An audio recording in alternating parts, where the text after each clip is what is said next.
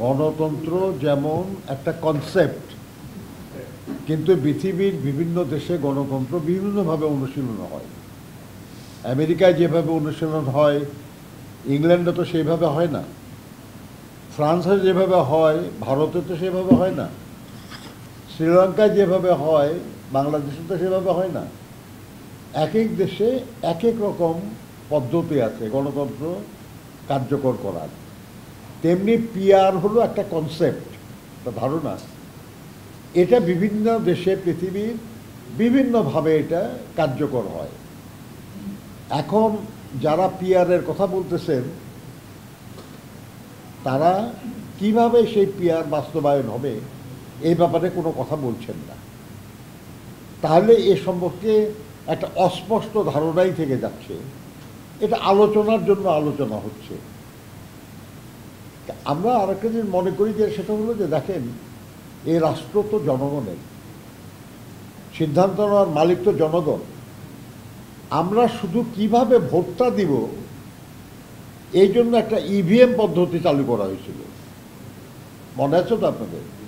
কত বছর হলো এই ইভিএম পদ্ধতি সম্পর্কে জনগণকে অবহিত করার জন্য অনেক প্রচার প্রচারণা হয়েছে।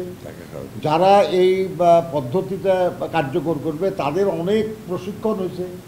সেই প্রশিক্ষণে যারা গেছে তারা যে ভাতা নিয়েছে এই নিয়ে দুর্নীতির অভিযোগ হয়েছে।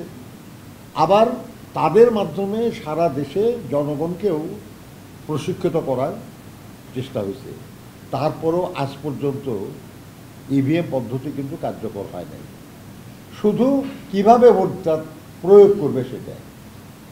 আর পিআর পদ্ধতি হলো গোটা নির্বাচন ব্যবস্থাকে বদলে দেওয়া। এই নিয়ে জনগণের সঙ্গে কি কোনো মত বিনিময় হয়েছে আপনাদের কারো? এ সম্পর্কে জনগণকে কে কিছু অবহিত করেছে? এমনকি এই নিয়ে আপনাদের মধ্যে সাথে কিংবা সুশীল সমাজ বলেন কিংবা আপনার প্রতিনিধিত্বশীল যেসব প্রতিষ্ঠান বলেন, এমনকি রাজনৈতিক দলগুলির নিজেদের যেসব যে সংগঠন আছে তাদের সঙ্গে এই কোনো আলোচনা হয় নাই। অর্থাৎ এটা অত্যন্ত একটা প্রিলিমিনারি স্টেজে আছে। ফর্মালি এই নিয়ে কোনো আলোচনা এখনো ঐক্যমত্য কমিশনে শুরুই হয় নাই। অথচ এই নিয়ে আমাদের কিছু কিছু সহকর্মী বলছেন এটা করতেই হবে, না করলে ইলেকশনে করা যাবে না ইত্যাদি। এর মানেটা কি? একটু আগে আমাদের মহাসচিব সাহেব বলতেছিলেন যে আমরাই তো বেশি চাই সংস্কার, সবার চেয়ে বেশি চাই না খালি ইতিহাস বলে যে আমরাই করেছি সংস্কার, যুগান্তকারী সংস্কার বাংলাদেশের যা এটা আমরা করেছি।